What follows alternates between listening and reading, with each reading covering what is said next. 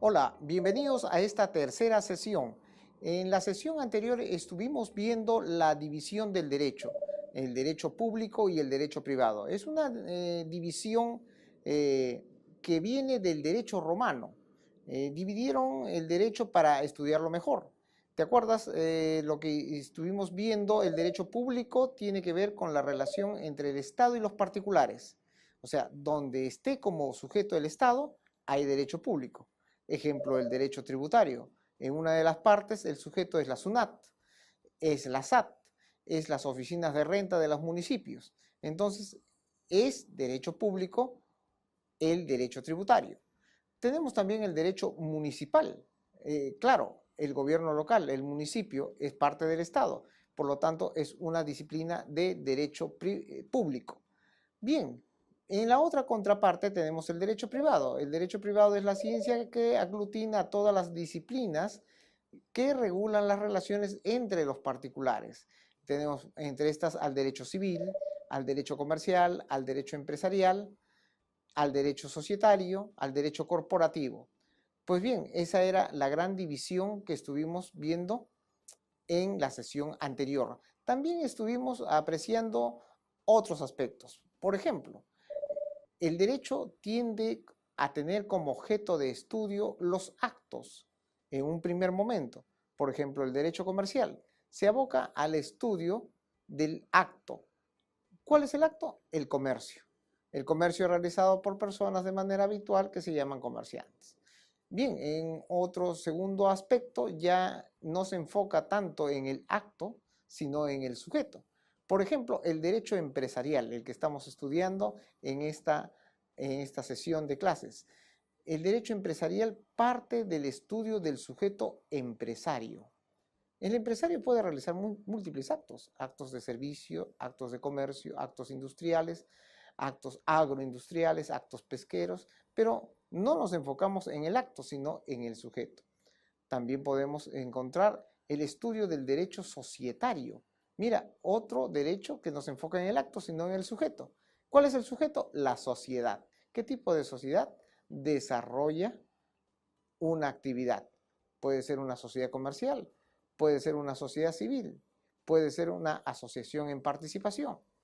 Después tenemos al derecho corporativo, el de las grandes corporaciones, el de los grandes consorcios, el joint venture, las asociaciones en participación en general.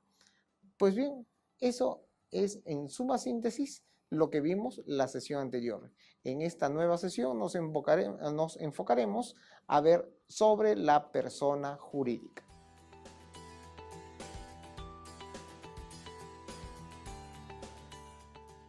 La persona jurídica.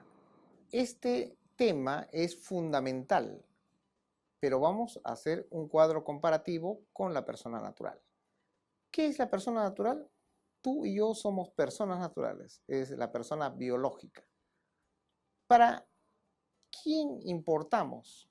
Para la sociología, para la medicina, para la biología, para el derecho, para la filosofía, para la teología. Todos tienen como objeto de estudio a la persona. Pero, ¿en qué se diferencian los estudios de todas las disciplinas con relación a la persona?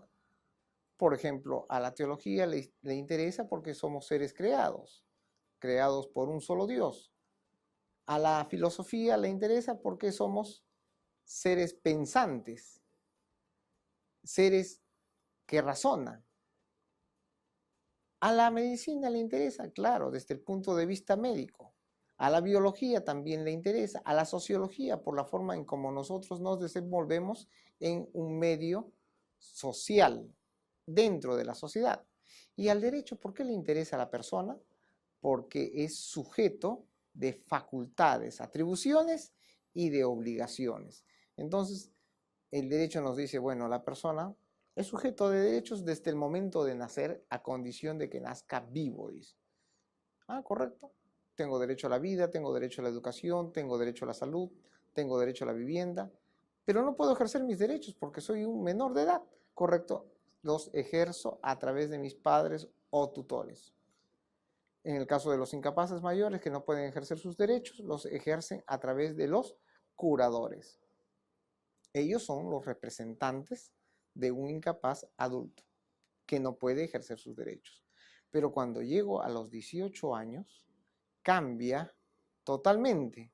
Dice, ya usted no solamente tiene la capacidad para gozar de sus derechos, sino también para ejercitarlos por sí mismos y ser sujeto a obligaciones. Esa es la importancia que le da el derecho a la persona jurídica. Por eso lo hace objeto de su estudio. Y a la persona natural también. Pero sigamos centrándonos en la persona natural. Cuando tú tienes 18 años, puedes ejercer tus derechos por ti mismo. Puedes comprar un boleto de viaje e irte a cualquier lugar del país o del extranjero. Distinto del caso de un menor que tiene que viajar con sus padres o con autorización notarial de sus padres. Esa es la persona natural. Ahora, la persona jurídica. La pregunta fundamental es, ¿en qué se diferencia de la persona natural? En principio no es un ser biológico.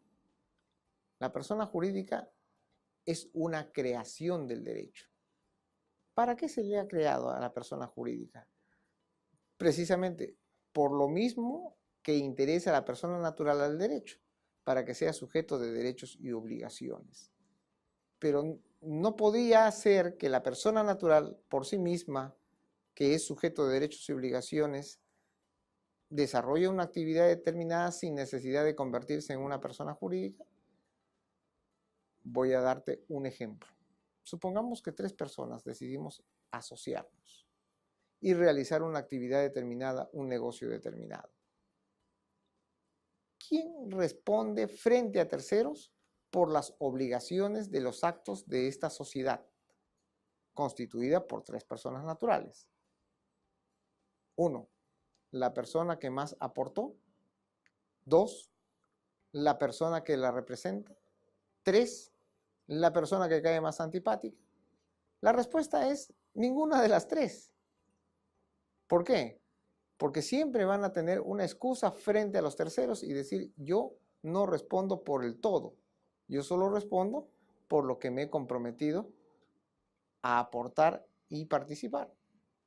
Por eso que el Estado decide crear una persona jurídica en estas circunstancias. Hoy en día vemos sociedades anónimas que están constituidas por miles de socios o accionistas, grandes corporaciones. ¿Quién responde frente a la sociedad, frente a los terceros, proveedores, clientes, el Estado mismo, los trabajadores? Para eso se creó la persona jurídica.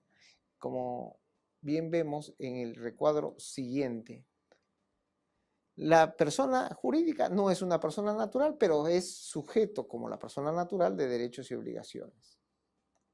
Segundo, la persona jurídica es una creación del derecho. Tercero, tiene atribuciones, pero también responsabilidades frente a terceros. Ahora bien, ¿y cómo se originan las personas jurídicas? Ese es un punto muy importante.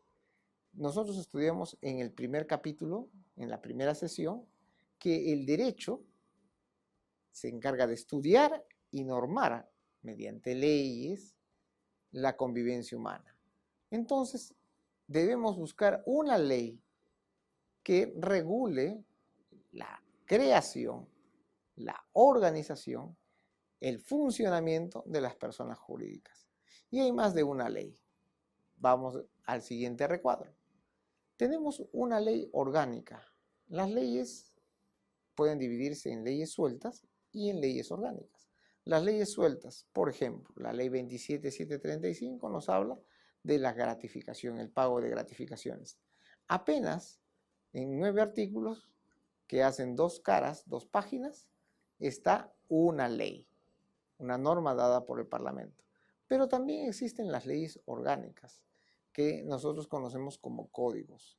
Son un conjunto de disposiciones con objeto determinado, estructuradas y sistemáticas en un solo libro. Existe el Código Civil, existe el Código de Comercio, existe el Código Penal, existe el Código del Consumidor, etc. Pues bien, en una ley orgánica como es el Código Civil, encontramos el primer grupo de personas jurídicas que el Estado reconoce como tal. Como tú puedes ver, el Código Civil nuestro en actual vigencia es el que se dio en 1984 y nos habla en el libro 1 sobre derechos de las personas, sección segunda de la persona jurídica, a partir del artículo 77 en adelante. Tú lo puedes accesar a través de Google, pones Código Civil Peruano de 1984 o a través de la página del Congreso de la República, www.congreso.gov.p, o a través del SPIG, que es la página del Sistema del Poder Judicial que contiene toda la normatividad vigente. ¿Qué más nos habla este código? De las características de estas personas jurídicas. No es la única norma que nos habla de persona jurídica, es una de las normas. Pues bien, el Código Civil nos habla en los artículos 77, 78 y 79 de las características. Nos dice que comienza el día de su inscripción en el registro respectivo. Así como las personas naturales venimos a existir para el derecho desde el momento en que papá y mamá nos asientan en el registro civil de la municipalidad correspondiente, ahora en manos de la RENIEC, nos extienden una partida que se llama la partida de nacimiento, nos extienden un documento de identidad, el DNI.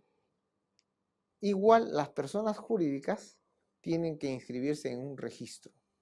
Les extienden una partida registral que es su partida de nacimiento.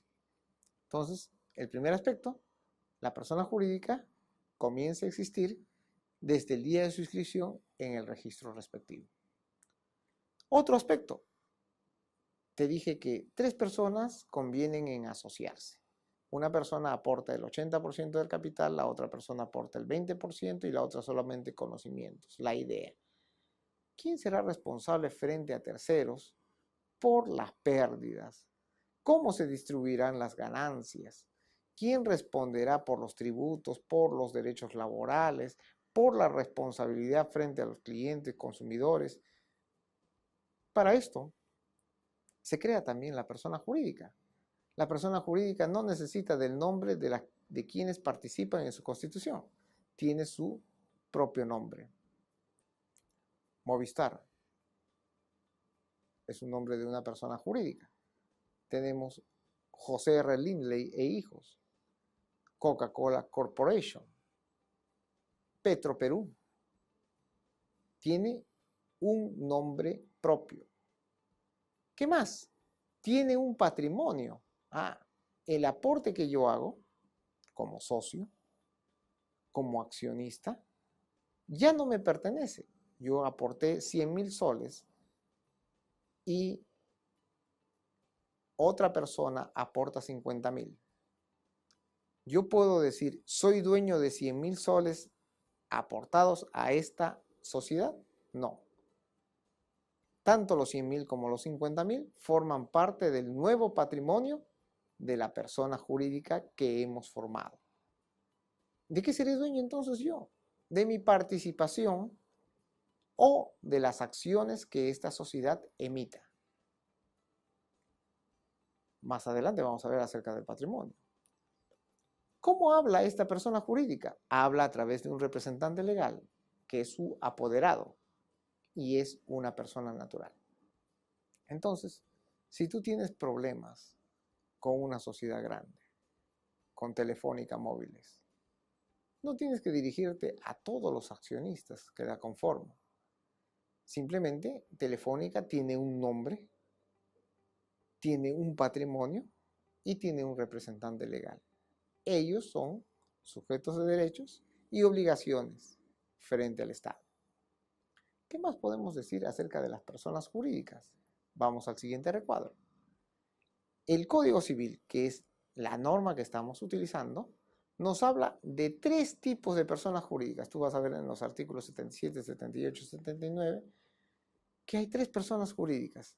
Dice, la asociación es una persona jurídica. La fundación es una persona jurídica. Los comités son personas jurídicas. Yo le digo, muy bien. ¿Pero cómo encuentro asociaciones? ¿Tú has escuchado el nombre de ONGs? Organismos no gubernamentales, organizaciones no gubernamentales. No pertenecen al gobierno, por lo tanto son entes privados. Ya, las ONGs pueden organizarse bajo la forma de asociaciones y fundaciones. ¿Has oído hablar de la Fundación por los Niños del Perú? La Fundación Ayuda a tu Prójimo. Ya, ahí está. Tiene su origen ¿en qué? En el Código Civil. El Código Civil nos reseña que estas son tres tipos de personas jurídicas: la asociación, la fundación y el comité. Pero no son las únicas. Hay otras normas. Por ejemplo, la ley 26887 se le llama la Ley General de Sociedades. Esta ley regula, 1, a las sociedades comerciales, 2, a las sociedades civiles. Por ejemplo, entre las sociedades comerciales nos dice que existe la sociedad colectiva, las sociedades en comandita, simple y por acciones, la sociedad comercial de responsabilidad limitada, las sociedades anónimas, tanto en su variable sociedad anónima cerrada como sociedad anónima abierta. En las sociedades civiles, la sociedad civil ordinaria y la sociedad civil de responsabilidad limitada. Y yo me pregunto, ¿y qué cosas son todas esas sociedades? Personas jurídicas. Pero no es la única. Ahí tenemos otra ley, la 21621. ¿Y de qué habla esta ley 21621? De una persona jurídica que se llama empresa individual de responsabilidad limitada. Una sola persona, natural, constituye una persona jurídica, la EIRL. La IRL tiene su nombre, tiene su patrimonio, tiene su representante. ¿Habrá otro tipo de personas jurídicas? Sí. El decreto legislativo 085 nos habla de las cooperativas. Hay cooperativas de trabajadores, hay cooperativas de servicios. ¿Te acuerdas cuando hablamos de la Constitución, que el Estado favorece múltiple modalidad de formas de hacer empresa? A través de las personas jurídicas están muchas de las formas de hacer empresa. Se cumple entonces el precepto constitucional. Otro aspecto fundamental que vamos a tratar lo encontramos en el siguiente recuadro. La persona jurídica que nosotros venimos trabajando, que pueden ser asociaciones, fundaciones, comités, empresas individuales, sociedades comerciales, sociedades civiles o cooperativas, también de trabajadores y de servicios, son sujetas de derechos y obligaciones frente a terceros. En resumen, ¿es importante el estudio de las personas jurídicas? Sí. En este curso vamos a hablar del derecho empresarial y cómo hacer empresas. Decimos a través de la Constitución que hay distintas formas de hacer empresa, distintas modalidades para hacer empresa. Entonces vamos a estudiar estas modalidades. Pero la persona jurídica puede tener distinto fin, ¿sí? Las primeras que tú ves, asociaciones, fundaciones y comités, no tienen fin de lucro. Quiere decir que se constituyen para un fin altruista.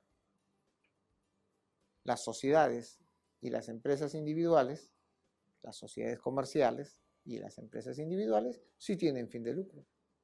Las sociedades civiles tienen fin económico más no lucrativo y las cooperativas tienen fin económico pero no lucrativo y solamente para sus socios cooperativistas que la conforman. En las siguientes sesiones vamos a ver otros aspectos fundamentales sobre estas personas jurídicas. Gracias.